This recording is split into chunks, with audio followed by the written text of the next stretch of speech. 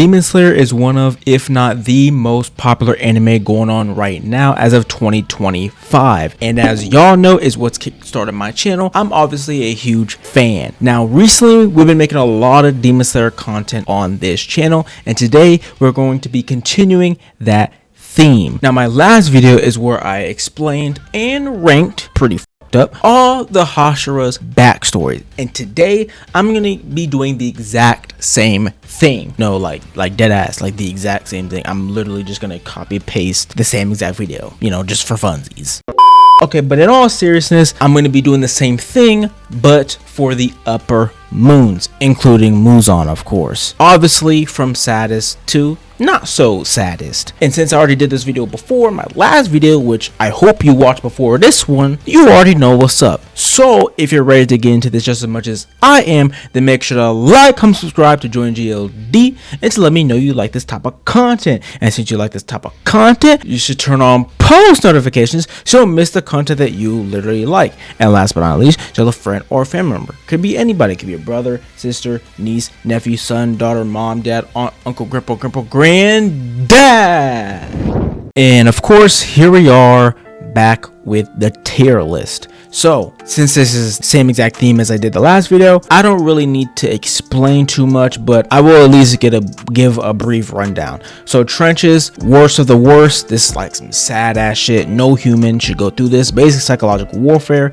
I wouldn't make it, as I personally wouldn't make it through this backstory. Either I would uninstall the game, if you know what I mean, or I would just die in the backstory, if you know what I mean. Damn is basically like when somebody gives you their sob story and you just have no words. Like, it's just so bad that you're just like, damn. Like, it's just, yeah, I just don't have words for it. Like, I don't know how I'm supposed to respond to that. Just damn. I never like expected that. I'll shed a tear. Now, me personally, I'm not really a crier, but I'll shed a tear is basically like, it makes you like look up at the sky and you're like, man, and then like a single tear sheds down your face. Like, it's like raining, you know, like when you, like in the movies, you look off in the distance and it's like raining in the background. Basically that kind of vibe. Like, you're not like full on crying, but you're just like, sorry to hear that. Is basically like, damn, better luck next time. Go get him, Tiger, type shit. Pat on the back. Not so sad. It's basically just not sad, but since every single story and every single backstory in Demon Slayer is sad, I mean, duh, it's a tragic ass anime. They wouldn't be characters, they wouldn't be in the story if they didn't have a trauma filled backstory. So just not as sad relative compared to other characters. With all that boring ass yapathon out the way, let's get straight into the shit, since you've already hopefully seen the last video. So first off, we got Akaza. Now already I'm gonna put like damn, or maybe even here, like it's either low orange or high gold. I say gold because, you know, I'm a goldie. Everything yellow is gold. You know what I'm saying? Okay, anyways, so high gold, low orange, right? Long story short, we just actually got the backstory. For anime watcher, you just got the backstory, so it's pretty recent in your head, but I originally, of course, read it years ago. Akaza was born in this village and he grew up relatively poor. Now, he was born with the name Hakuji, so his real name, birth name, is Hakuji, and his dad was really sick, which is like a common theme among, you know, I guess poor people in this verse, at least, is that their parents are always sick. He had to resort to crime, basically, you know, steal food, steal herbs, tea, whatever it was, steal money so that he can, you know, try to help out his dad, get a little money to pay for his medical bills. But this was during the, I want to say, Sengoku era, which is like 400 years ago, where in this era, traitors or criminals, basically in general, were branded with tattoos, and that's actually where the Yakuza clan comes from. Criminals are branded with tattoos, which is why, like, if you look at which is why even to this day Japan doesn't really mess with people with tattoos. I mean, if you're a foreigner, they'll give you they won't give you too much grief, they'll give you some leniency, but if a Japanese person sees another Japanese person walking around with tattoos, it's like, whoa, it's a little, you know what I mean? Anyways, so that's why he has all these lines all over his face, because those are tattoos when he was a criminal as a human. Obviously, as he became a demon, they grew more along his face because that kind of became part of his identity, but they were mostly just on his arms when he was a human. Eventually, after getting his third punishment, which is like 3 strikes you're out, and then he's going to be executed, his father uninstalls the game, if you know what I mean, which kind of sends Akaza or Hakuji over the edge, and he just basically starts fighting people in the town after being provoked, but he starts fighting people, and eventually this dojo master, like Hercule Satan from Dragon Ball Z, pulls up, almost quite literally. He's kind of the same kind of vibe, and basically offers Hakuji a job at his dojo. So reluctantly, Hakuji is brought in and meets, I think her name is Kyoko. I think her name is like Kyoki or something. Anyways, his daughter, who's like a small frail girl, she's sick as hell too. And so basically he just does these menial tasks around the dojo, and eventually this dojo master gives him the blessing to marry his daughter. So they get along pretty well with, because he sees the weakness in her. He sees his father in her. Pause. Because he's like, damn, I want to protect her and take care of her same way I couldn't with my dad. So, you know, anyways, but they fall in love, and it's like super happily, and she always wears these hairpins that are like snowflakes, these snowflake shaped hairpins, which is why his battle compass looks like a snowflake. No, he does not have ice powers. It just looks like that. But the dojo master has these other rival dojos, and so basically, since they couldn't beat his ass physically, literally, they couldn't beat his ass, they couldn't win over him, so they're like, yeah, let's just poison their water supply. They poison the water supply. He has to go out. He goes out to do something to recruit people to dojo. I don't really remember what he's doing, but he gets sent out by the dojo master to do something. I think I don't know, do another chore or something. And he gets back and they're dead as fuck on the ground. And basically that's like the last straw for him. And he just goes over to their dojos and just beats every single one of them to death until, well, they're all dead. And then he just kind of just wanders around soulless basically until Muzan pulls up, punches a hole through his face, and is like, yeah, survive my blood or die. And then obviously he survives the blood because obviously he exists as a character in the show. I know I just missed out on a lot of menial details, but again, like I said in the last video, we all know the backstory. We have all seen them or read them, so I'm not here to like really fully deep dive explain them. This list is more about ranking them, because if I was going to explain them, you know, go into that much detail, then I wouldn't rank them. I would just explain them, but that's boring, at least to me. So I wanted to add a little, okay, let's add a ranking to it rather than just explaining when we already all know. Just from that, I think I would probably say I wouldn't make it, because I wouldn't be able to live through something like that. Muzan punches a hole through my face and is like, turn into a demon or die. Like, bro, I'm not living through something like that. That's awful. That's horrific. That's tragic. That's sad as hell. But yeah, so I'm just gonna leave that there. I think he has one of the saddest backstories among an anime where every single character has a sad backstory. Even Zenitsu, and that nigga was just in debt. So next up we got I'm gonna do Daki and Gyotaro at the same exact time, because they have the same exact backstory, because, well, they literally share a body, but you know, they're literally siblings. So I'm gonna just do them both at the same time. Pause. Not like that. Maybe Daki, but not Gyotaro. I don't really swing that way, contrary to popular belief.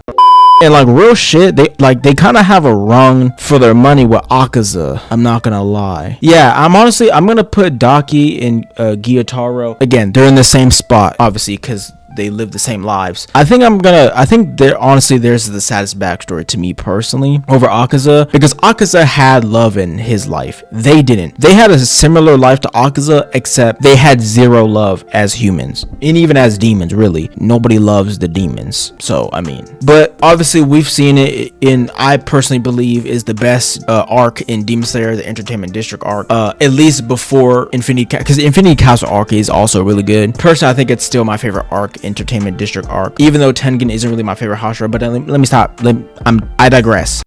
Gyotaro and Daki grew up in Akihabara, which I guess more specifically it would be like the Kabukicho Street in modern day Tokyo, but there's also like a dark side to that street, which is Kabukicho Street, or to that district, which is Kabukicho Street, where the real nightlife is at. Basically a lot of nice young ladies doing nefarious activities, like host and hostess clubs, bars, that type of thing, if you get what I'm saying. So that's the part that they grew up in. But this is like, you know, Taisha era. Well, actually it's not Taisha era, it's like before that. I think they've been demons for like 100 to 200 years, something like that. So like maybe Meiji, Edo. Anyways, grew up in this town, but very poor, and the only way to make it out was not sports, it was being pretty. Now obviously Gyotaro's the older brother, so he was born first, but he was born mad chopped. Like, ain't gonna lie, like mad, like got pock marks all his face, disease infested looking dude. I ain't gonna lie, he's my favorite demon, but ain't gonna lie, he's pretty chopped. With that being said, his mother was like, nah gang, you chop. I brought you into this life and I can take your ass out. His own mother tried to take his ass out. Like, ooh, in the game, in GTA, before he was born, if you know what I mean, and even after he was born. Since Gyutaro was not, you know,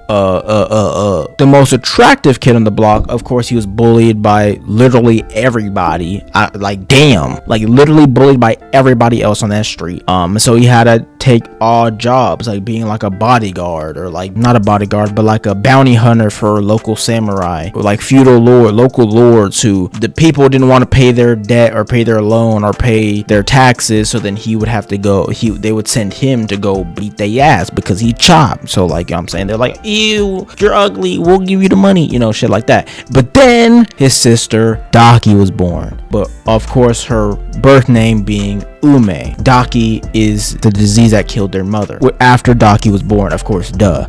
So Ume obviously had long, pretty white flowing hair, bright blue eyes, was, you know, fair skin, no blemishes, anything. So she's like, oh, you're like destined to become a great Oiron, which basically is like a glorified sex worker, let's just put it like that. But they're very famous, they make a lot of money, and they're like paraded and everything like that. They're sought after, yada yada yada. But one of these days, a samurai, while she was, you know, on a mission, let's call it, a samurai was working with her, made an advance a little bit too advanced, I suppose, and she took a hairpin out of her hair and stabbed him in the eye over and over again till he died. Well, actually he didn't die, but stabbed him in his eye, stabbed his eyeball out. But Gyutaro was out, you know, working, you know, trying to get people's loans, you know, being a bounty hunter. When he got back home, her basically corpse was dead as fuck on the ground, burnt and hung up like Christmas lights, but then left on the ground. I don't want to say, okay, anyways, so then Gyutaro, when he saw this, he obviously killed the samurai and the lady that was there that did it, and then basically carried around her body until he came across Doma, boy right here, fan favorite demon, who was Upper Moon 6 at the time, and of course Gyutaro / Daki is Upper Moon 6, and then they got turned into demons. So I mean, we've already seen their backstory. I personally think they have the saddest backstory in all the demons. I mean, out of all the demons in Demon Slayers, they have the saddest backstory. To me personally, I think, believe it or not, I think a lot of these demons' backstories aren't really that sad compared to like the humans, you know, Hashiras, Demon Slayers. A lot of the demons were kind of just demons in their human life anyways, and that's how they became demons, at least Upper Moons. So, but anyways, let's just go on and move on.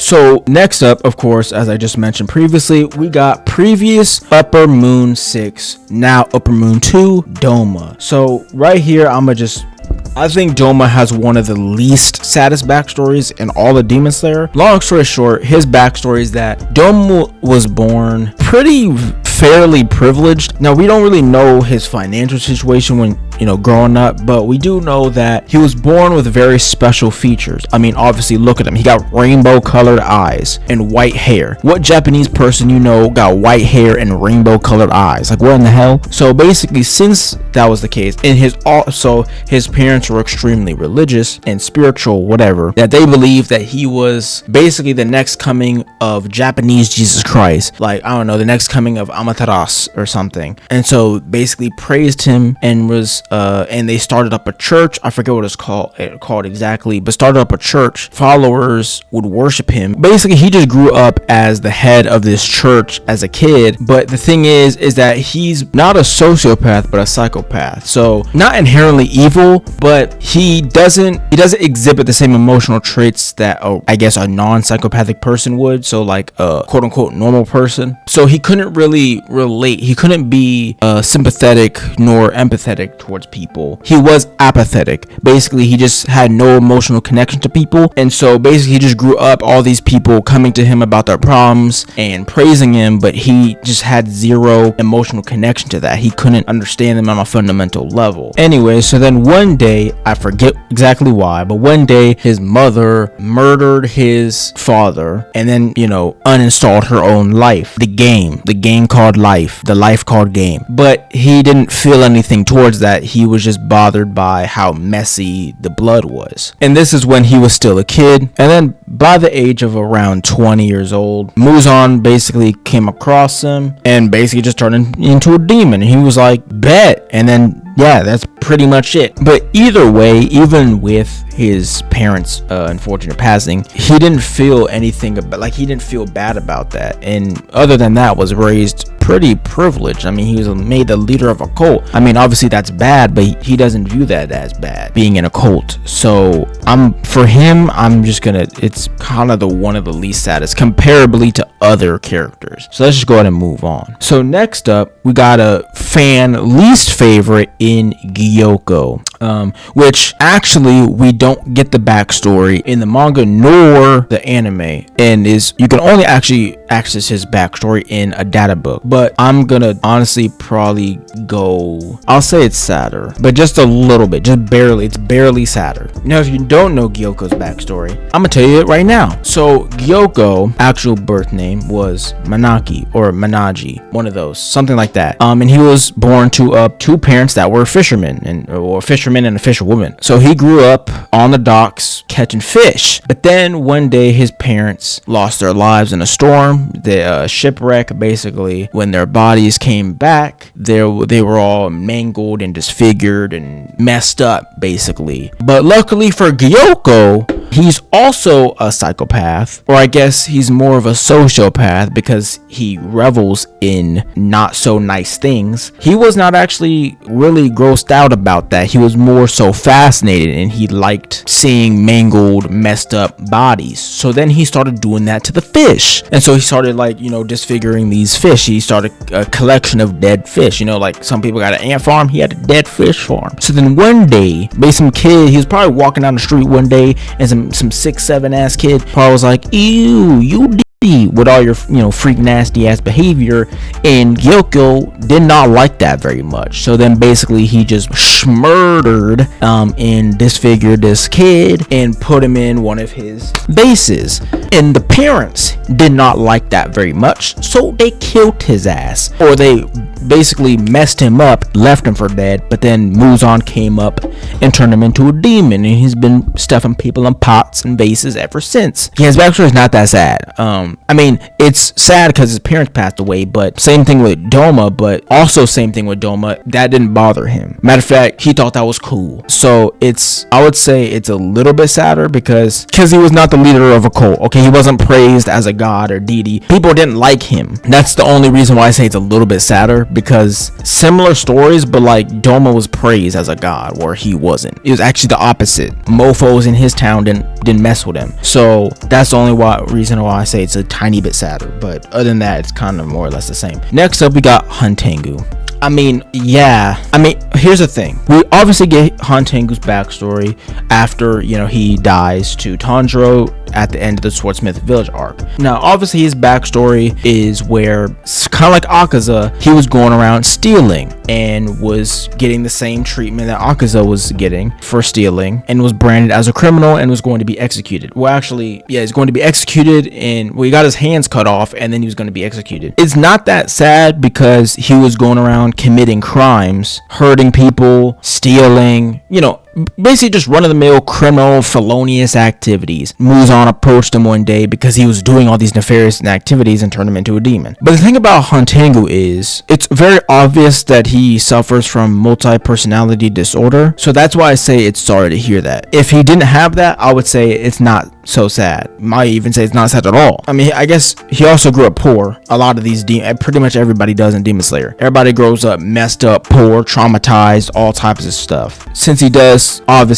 quite obviously suffer from multi-personality disorder, which I mean, literally that's the whole concept of his abilities, right? Bipolar, mood swings, and he got multiple different personalities. That is very much obvious. That's why I say it's sorry to hear that, because it's not really his fault that he was born like that. He committed the crimes unwillingly and unknowingly, but I mean, one of your personalities got to be punished with a crime, and we can't punish one of them without punishing you. And this is like 200, 300, 400 years ago. I mean, they don't have the facilities like they do nowadays to treat that. So moving on, next up we got Kai Kaigaku. Again, another least fan favorite, probably not as much as hated as Gyoko, but his story is a little bit sadder, but not really. And obviously, if you don't know, Kaigaku was raised with Zenitsu, you know, as a thunder breather by Gramps, or as Zenitsu calls him, but of course his real name being Iwo Jima. But even before that, Kaigaku was an orphan, so that's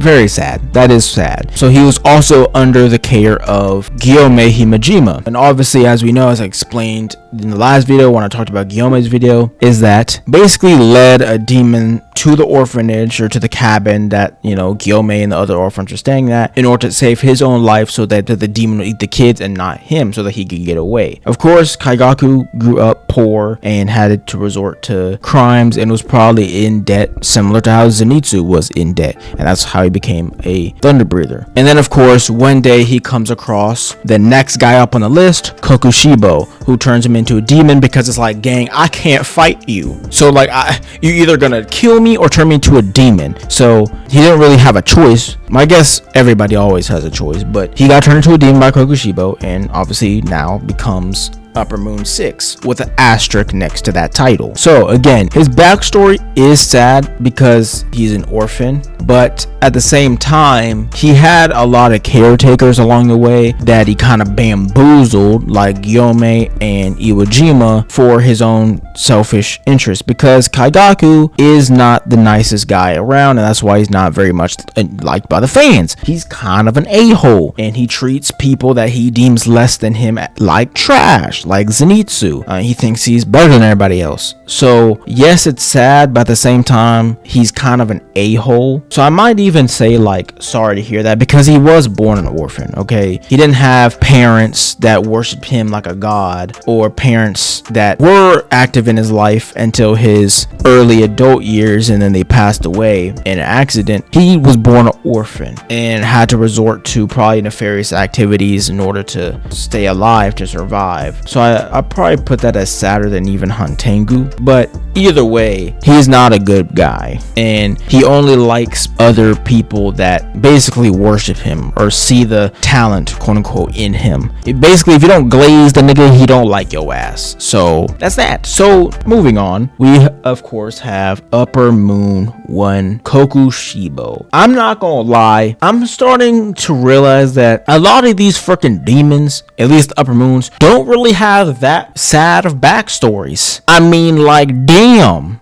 Literally, damn. Like, these guys don't really have that sad of backstories, bro. Like, at least the Upper Moons. But anyways, let me go ahead and get into Kokushibo's backstory. So Kokushibo has a pretty long backstory, but obviously we get it at the end of the Infinity Castle arc when he is killed. And Kokushibo is obviously the brother to Yurichi Sugikuni, with his birth name being Michikachu Sugikuni. He grew up very privileged. He was the son of the oldest son of an esteemed samurai. So he was the heir to this mansion, his own samurai mansion, yada yada yada. I mean, his father was abusive, but his mother was a saint, but also sick. But either way, he grew up with servants, and like, he was rich, okay? He was the son of the oldest son of an esteemed samurai. Since he's the twin brother to Yurichi, this is during the Sengoku era, where even in the JJK verse, twins are kind of viewed as two sides of the same coin. Basically the same person, except one of them is good, one of them is evil. So the one that's deemed evil is usually sent away. So since Yurichi was born scarred and seemingly mute, or everybody thought he was deaf at the very least, they thought he was deaf but mute at the very least because he wouldn't talk until like the age of like 7, they were gonna send away Yurichi, again because he was born with the scar and because he was either deaf or mute. And then obviously Michikachu was raised as the oldest son of a samurai would be raised, quite privileged. Hey, you're gonna be the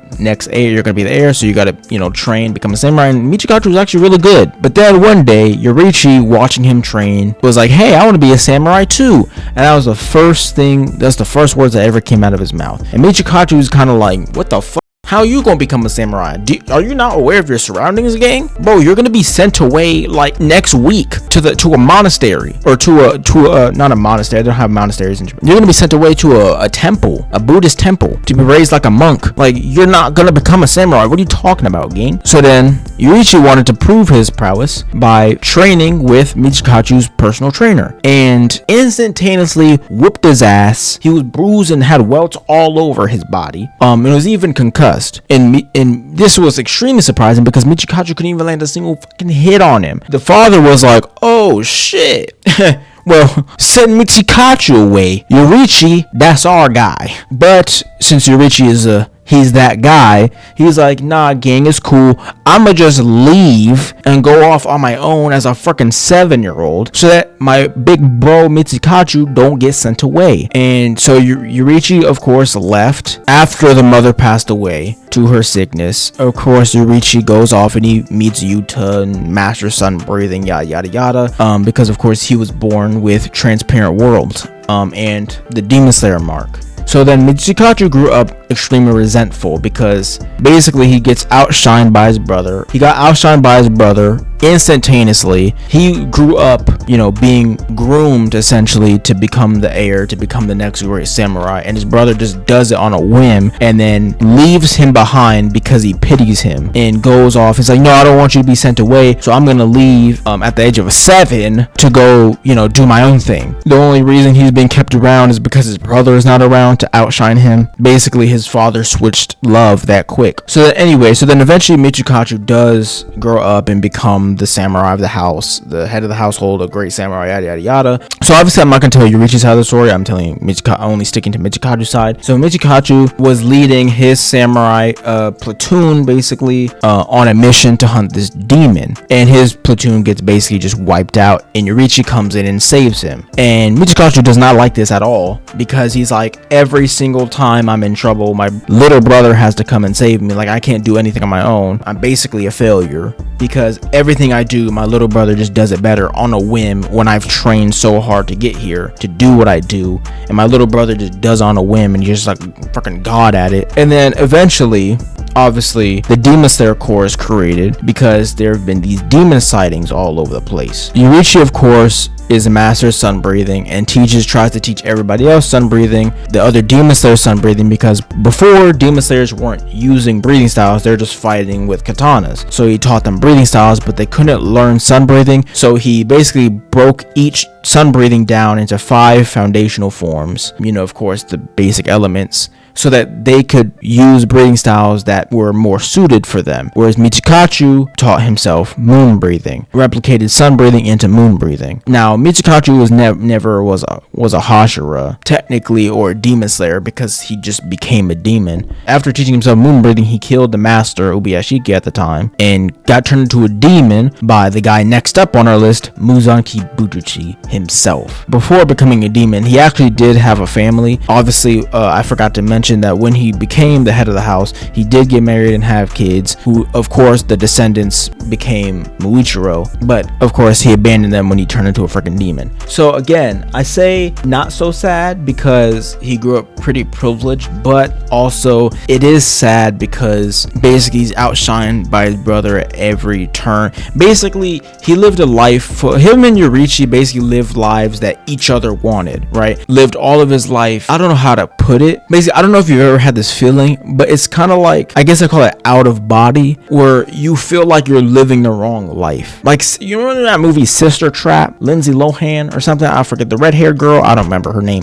but like where they like swap lives. Basically, they were living the lives that each other wanted, Yoriichi and Michikachu. So they both grew up feeling like something was off, like they just very sorrowful lives. Neither of them accomplished anything they wanted to. Basically, neither of them got the lives that they wanted or felt was right in their heart. So it is very sad. It is sad because it's always sad seeing somebody basically walk around soulless. Like sometimes when you like just in real life, you see people that just walk around, they just look like, I don't know how to explain it, they just look like they don't have a soul. They just look like they're just depressed, you know. So it is sad, but it's not as sad compared to like other people in this verse, you know what I mean? It's not so sad compared to other people. It is sad, but not as sad compared to other people, if that makes sense. So we're gonna go ahead and move on to the guy that turned him into a demon, Muzan Kubuchizi himself. Again, another not so sad like none of these demon slayers, like, okay, this is a problem. We've all seen his tragic ass backstory. Like, bro, his backstory is so weak. Basically, okay, well, I mean, it is somewhat sad because basically at the age of 19, he was told he's gonna die next year, and so then his doctor basically using the blue spider lily made him a medication that made him basically turn him into a demon. So his doctor was like, hey, I'm gonna turn you into a demon. Of course, he's the first ever demon, so he didn't know he was turning his patient into a demon, but there we go. And then he basically just went on a killing spree. Like, Muzan literally is just a shit ass villain, bro. Like, he's just like, I'm gonna die, and then he ends up killing his doctor. Like, he was literally like, his backstory is, I'm 19 years old and my doctor told me I'm gonna die next year, so he started trying to give me medication to prolong my life. It's not working, so I'm gonna kill him. Turns out bro turned me basically into a vampire, and then basically just went on a killing spree because he's trying to find the blue spider lily, killing all the people that had the blue spider lily or that knew where it was. Like, he went on a killing spree, especially taking out all the sun breathers. And you know what's so stupid about Muzan too? This whole time, Tanjiro's mom, Kie Kamado, she was literally using blue spider lily as an herb for tea. Like, she was casually just, hey, I'm gonna go get some blue spider lily. Like, she went just casual grocery shopping, and then she was putting it in her tea, sipping that shit. Like, bro, whole time Tanjiro peoples had it, and he kept taking them motherfuckers out. Like, this dude is a dumbass. It was in his face the whole time. All he had to do was pull up, be like, hey, ma'am, I've been hearing about this blue spider lily makes great tea leaves. You know where it's at? Oh yeah, it's right here. Grab it and then kill her and the whole family, and then and don't turn Nezuko into a demon. Make sure you kill Tanjiro. That's literally all he had to do. That's literally all he had to do. Pull up to the house, instead of killing everybody and turning Nezuko into a demon, he literally could have just walked up, be like, hey, can I have some of that? Oh, here you go, sure. And then kill him. Like, bro, so whatever. F this guy. Last up, of course, we got our girl, Nakame. If you know, you know. Again, their backstories are just not sad to me. Just like Yoko, we don't get her backstory in the manga nor the anime. You get it from a data book. Long story short, so the Biwa plays a role in her human life. Basically, she was a musician, and she would have these performances, basically playing this Biwa. And she had a husband, and one day she was gonna have her grand performance. Like, this was gonna be the show. Like, this could be her one. This was like gonna blow her up or something global, I don't know, international. But basically she was about to have this big show, so she had this dress like prepared like the day before, and like, yeah, I'm gonna wear this dress tomorrow. Like, basically she had her fit out, you know, like when you're like, oh yeah, I'm gonna wear this fit tomorrow, this is gonna be a good day, I'm gonna ask my crush out to prom, you know, that type of shit. So she put her fit out and everything, and then the husband ended up messing up the dress, and she was like, oh hell no, and killed him. Just killed him. But then, since she was so like I'm so over this shit, she just performs with the same dress that she used to kill her husband in, and it was like her best performance ever. So then, ever since then, she would catch a body, take a life, like the day before every performance, or right before every performance. And then Muzan heard about this lady killing people, you know, before every performance, and he's like, hey, want to become a demon? She's like, sure. That's it. That's her entire backstory. Not very sad for her. I mean, for the husband, yeah, he dead as fuck on the ground, 6 feet under, 6-7 feet under.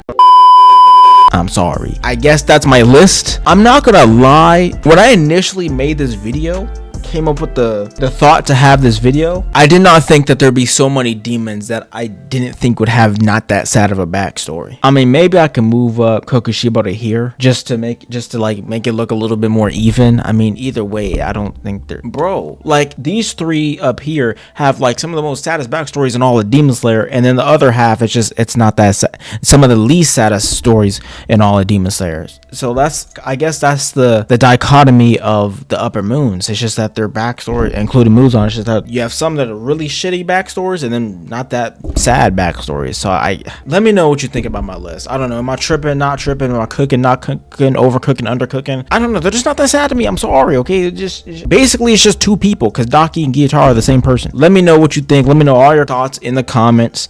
And while you're down there commenting, make sure to like and subscribe to join GOD and to let me know you like this type of content.